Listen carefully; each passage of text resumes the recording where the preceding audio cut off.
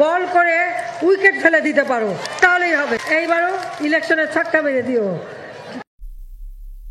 ইলেকশনে ছক্কা মেরে দিও, সাকিবকে বললেন প্রধানমন্ত্রী শেখ হাসিনা।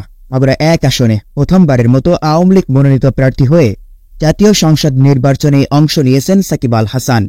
তাকে এবারের নির্বাচনে ছক্কা মেরে দিতে বলেছেন আওয়ামী লীগ সভাপতি ও প্রধানমন্ত্রী শেখ হাসিনা।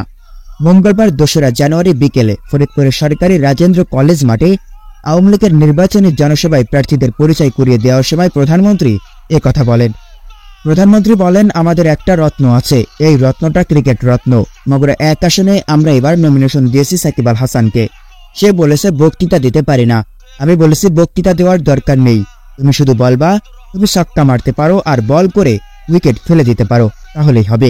এবারও ইলেকশনে ছক্কা মেরে দিও।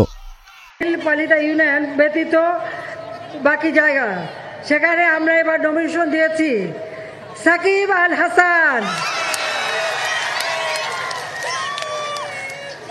সে বলছে বক্তৃতা দিতে পারে না, আমার বক্তৃতা দেওয়ার দরকার নাই, তুমি খালি বলবা যে তুমি ছক্কা মারতে পারো আর বল করে উইকেট ফেলে দিতে পারো, তাহলেই হবে।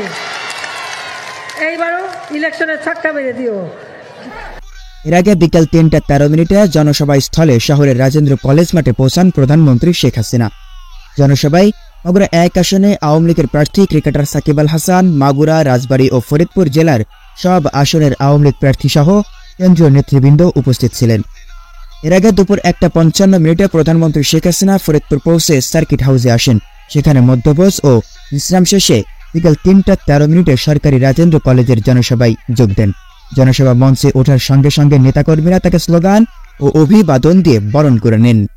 News desk, clear Times.